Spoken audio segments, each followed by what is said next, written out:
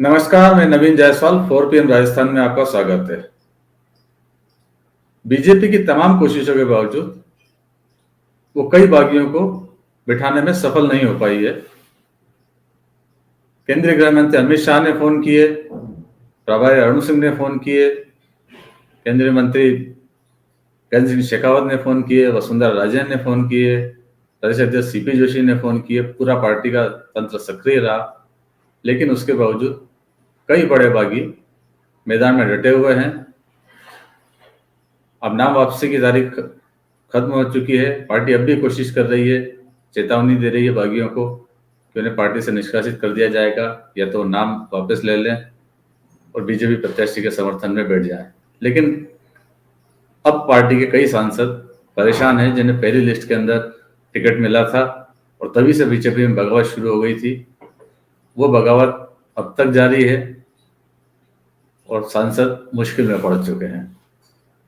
आपको ध्यान होगा, पहली लिस्ट के अंदर बीजेपी ने 7 सांसदों को टिकट दिया था, जिसमें 4 सांसद आज की तारीख में बागियों से मुकाबला करते हुए नजर आ रहे हैं। मजबूत बागी हैं और त्रिकोणीय मुकाबले के अंदर फंसे हुए हैं। बीजेपी को सफलता मिली झोटवाड़ा के अंदर, विद्याधर नगर में कोई चुनौती नहीं थी, मंडावा में कोई चुनौती नहीं थी। विद्याधर नगर में तो यह समझा जा रहा है कि दिया कुमारी एक बड़ी जीत से जीतेंगे, क्योंकि बड़ी सुरक्षित सीट है। बीजेपी ने सोच समझकर उन्हें वहां से प्रत्याशी बनाया, तो एक बड़े मार्जिन के साथ जीतेंगे और एक बड़े नेता के तौर पर उभरेंगे। लेकिन सबसे ज्यादा संकट के अंदर 4 सांसद हैं। हम चारों की बात करते हैं। शुरुआत करते हैं जालोर सांसद देवजी पटेल से। सांचौर सीट पर अभी 9 प्रत्याशी इस बार मैदान में हैं। देवजी पटेल बीजेपी से उम्मीदवार हैं, तो कांग्रेस से सुखराम बिश्नोई है, वो मंत्री हैं। 2013 और 18 में भी जीत चुके हैं और इससे पहले भी इस सीट के ऊपर 9 बार बिश्नोई कैंडिडेट जीत चुके हैं। देवजी पटेल को बीजेपी ने यहाँ से जब प्रत्याशी बनाया, उसके बाद से यहाँ बगावत शुरू हुई थी। शुरुआत में सबसे ज्यादा बगावत यहीं पर नजर आई थी। बीजेपी के टिकट पर लड़ने वाले 2 पूर्व प्रत्याशी दानाराम चौधरी और जीवाराम चौधरी, दोनों यहाँ से टिकट चाह रहे थे। उनके बीच खींचतान थी और देवजी पटेल उन्हें समझौता कराने में लगे हुए थे। इस बीच में पार्टी ने देवजी पटेल को ही सांसद को ही मैदान में उतार दिया, उन्हें टिकट थमा दिया सांचौर का। इसके बाद में जीवाराम और दानाराम दोनों एक हो गए। उन्हें लगा कि देवजी पटेल ने उन्हें धोखा दिया और उनकी लड़ाई का फायदा उठा के फिर टिकट ले आए, तो दोनों एक हो गए और उन्होंने महापंचायत करके ऐलान कर दिया कि वो दोनों में से एक जन चुनाव लड़ेगा और दूसरा उसका समर्थन करेगा, और देवजी पटेल के खिलाफ मोर्चा खोल दिया। इसके बाद जीवाराम निर्दलीय खड़े हो गए और चुनौती दे रहे हैं देवजी पटेल को। वाकई देवजी पटेल के लिए ये सीट मुश्किल हो जाएगी। दूसरे सांसद फंसे हुए हैं सवाई माधोपुर में। डॉक्टर किरोड़ी लाल मीणा राज्यसभा के सांसद है। पार्टी ने उन्हें सवाई माधोपुर से मैदान में उतारा।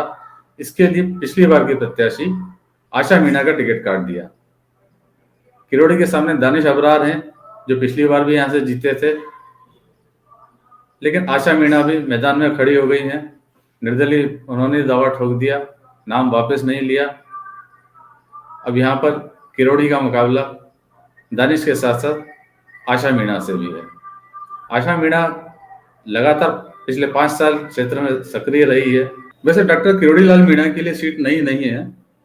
2003 में यहाँ बीजेपी के टिकट से चुनाव जीत चुके हैं, लेकिन 2008 और 2013 में 2 बार हार भी चुके हैं। एक बार एनपीपी के टिकट पर और एक बार निर्दलीय। उसके बाद उनकी भाजपा में वापसी हुई और राज्यसभा के सदस्य बन गए और इस बार फिर पार्टी ने उन्हें मैदान में उतार दिया है। वैसे इस सीट पर मीणा और मुस्लिम 2 ही प्रतिनिधि ज्यादातर चुने जाते रहे हैं और दोनों का क्षेत्र में वर्चस्व भी रहा है, जिसको लेकर सामान्य वर्ग में दूसरे वर्ग के अंदर एक वो रहता है कि अगर कोई तीसरा प्रत्याशी मिल जाए, उन्हें ऑप्शन मिल जाए, तो उससे प्रेफरेंस देते रहे हैं। और इसी कारण से दिया कुमारी, जयपुरी राजकुमारी है, जब पहली बार राजनीति में उतरी और यहाँ से उन्होंने चुनाव लड़ा 2013 में, तो ये सीट उन्होंने बड़ी आसानी से निकाली, जबकि उनकी जाति का वोट भी यहाँ नहीं था, उस क्षेत्र में बिल्कुल नहीं थी। मगर फिर भी बाकी मतदाताओं ने मुस्लिम और मीणा प्रत्याशी के बिना की जगह दिया कुमारी को वोट देना पसंद किया। इस बार आशा मीणा बागी के रूप में मैदान में है, किरोड़ी लाल मीणा है और दानिश अबरार हैं। लेकिन फिर भी ये माना जा रहा है कि आशा मीणा की छवि कुछ बेहतर है। 5 साल लगातार सक्रिय भी रही हैं और हो सकता है कि सामान्य वर्ग का उन्हें समर्थन मिल जाए। यदि उन्हें समर्थन मिलता है सामान्य वर्ग का, डॉक्टर किरोड़ी लाल मीणा के लिए मुश्किल हो सकती है।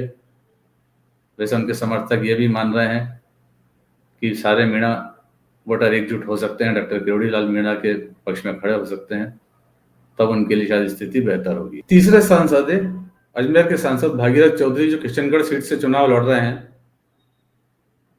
उनके खिलाफ पिछली बार के प्रत्याशी विकास चौधरी ने बगावत कर दी थी। उन्हें टिकट की उम्मीद थी, नहीं मिला तो उन्होंने बगावत का ऐलान कर दिया। बाद में वो कांग्रेस में शामिल हो गए और कांग्रेस ने उन्हें अपना प्रत्याशी बना दिया।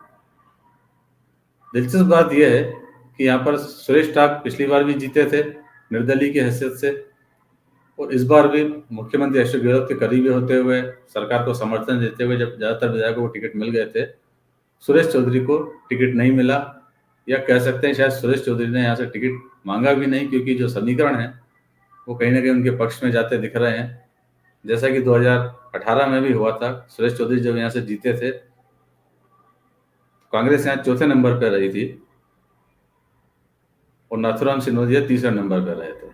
इस बार भी सुरेश चौधरी को के समर्थकों को लगता है कि जो समीकरण है विकास चौधरी और भागीरथ चौधरी के बीच में चार्ट वोट बटेंगे और उसका फायदा सुरेश टाक को इस बार भी मिल सकता है।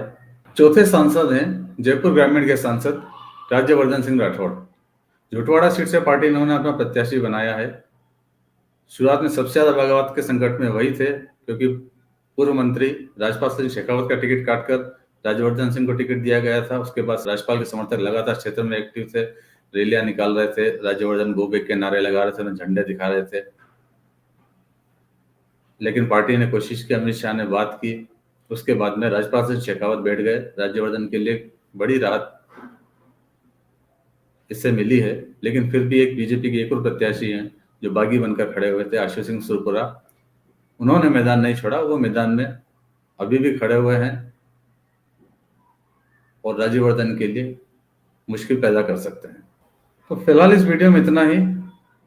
अंत में एक बार फिर आपसे यही कहूँगा कि 4PM राजस्थान को सब्सक्राइब जरूर करें, सिर्फ देखें नहीं।